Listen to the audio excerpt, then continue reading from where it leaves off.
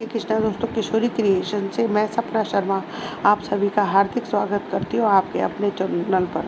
दोस्तों, आज के वीडियो में मैं ज्येष्ठ मास महात्म्य के 13वें दिन के अध्याय जिसमें सगर पुत्रों के नाश के वर्णन के महात्म्य को हम जानेंगे का वृत्तांत लेकर के आई हूँ। ज्येष्ठ मास महात्म्य के 12 अध्याय के वीडियो जो है मैंने मेरे चैनल पर डाले हुए हैं। आप उनको मेरे चैनल पर जाकर देख भी सकते हैं और श्रवण भी कर सकते हैं। दोस्तों, ज्येष्ठ मास महात्म्य में नित्य प्रति उठ करके ब्रह्म मुहूर्त में उठ करके स्नान आदि से निवृत्त होकर स्वच्छ वस्त्र पहन करके श्री हरि विष्णु की धूप दीप नैवेद्य चंदन पुष्प आदि से पूजा अर्चना करनी चाहिए। फिर नित्य प्रति जो है ज्येष्ठ मास महात्म्य का एक अध्याय अवश्य सुनना चाहिए। मैं रोजाना आपको एक अध्याय सुना रही हूँ ज्येष्ठ मास महात्म्य का।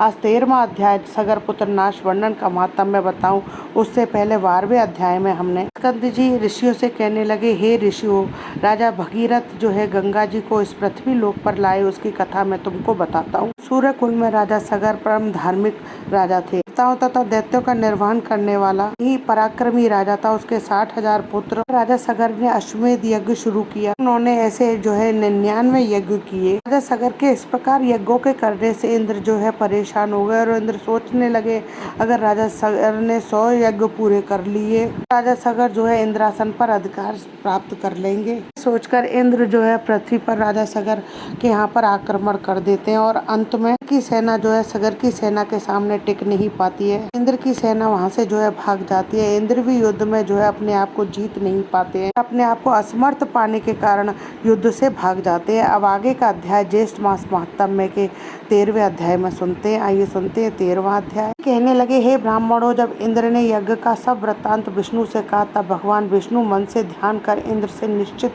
होकर बोले, हे इंद्र, मुझको और समर्थ शिव जी को लोगों ने नहीं बुलाया, इसलिए मैं तुमको एक उपाय बताता हूँ, तुम इस उपाय को करो। तुरंत मैं तुमको एक अदृश्य करने वाली विद्या देता हूँ। तुम पवित्र होकर उस विद्या को ग्रहण करो और निर्भय होकर फिर जाकर विधि से उस विद्या का जाप करो। पानी से यज्ञ के घोड़े का हरण करो और उसी तरह मौन पूर्वक कपिल ऋषि के आश्रम में जाओ।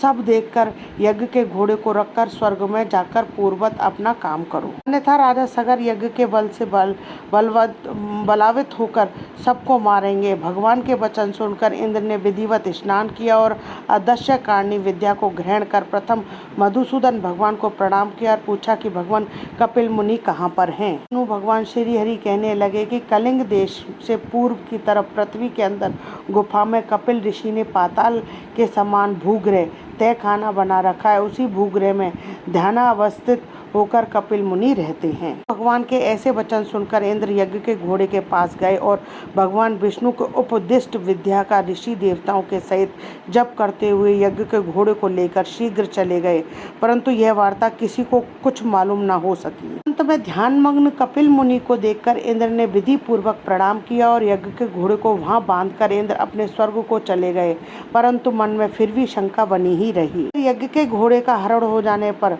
उसके रक्षक एक साथ अज्ञान से मोहित होकर सबों ने राजा से आकर कहा कि हे राजन, यज्ञ का घोड़ा कहाँ गया तथा कौन हरकर ले गया, यह हम नहीं जानते। के वचन सुनकर सगर पुत्र यज्ञाश्व की खोज में दशों दिशाओं को गए। समस्त पृथ्वी तल के भाग को देखकर देवलोक देखने के लिए स्वर्ग को आए। इसके पश्चात नक्षत्र लोक को गए, इंद्र की पुरी को गए। पढ़कर व्याकुल होकर सगर पुत्र इंद्र के प्रत्येक गृह में दूसरे को गृह तथा नगर में अटारी समस्त शाला वन उपवन दिक्पालों के लोकों तदंतर ब्रह्मलोक कैलाश हिममान अनेकों मेरु पर्वत समस्त गुफा और शिखर गंधर्व लोक यज्ञ लोक तदंतर विष्णु लोक में भी गए। सगर पुत्र सब लोकों में घूमे, परंतु यज्ञ के घोड़े का कहीं पता नहीं चला।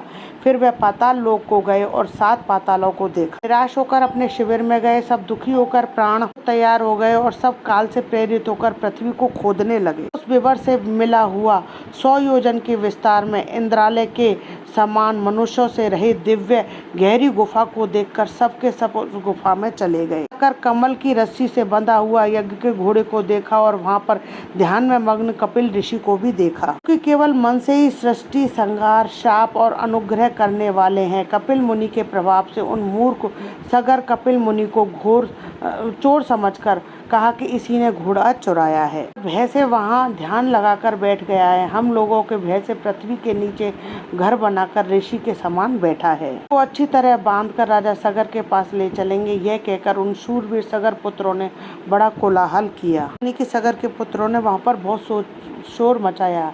वह कपिल मुनि को बांध दिया तथा कुछ लोगों ने उन पर प्रहार भी किया। त्याग कर जो ही कपिल मुनि ने उनकी ओर देखा, त्यों ही वे सगर के पुत्र कपिल मुनि की नेत्राग्नि से जलकर भस्म हो गए। तीसरी ज्येष्ठ मास महात्म में सगर पुत्र नाश वर्णम 13 अध्याय संपूर्णम। दोस्तों, यदि आपको मेरा ये वीडियो अच्छा लगे तो प्लीज़ मेरे वीडियो को ज़्यादा से ज़्यादा लाइक और शेयर कीजिए अपने फैमिली और फ्रेंड में।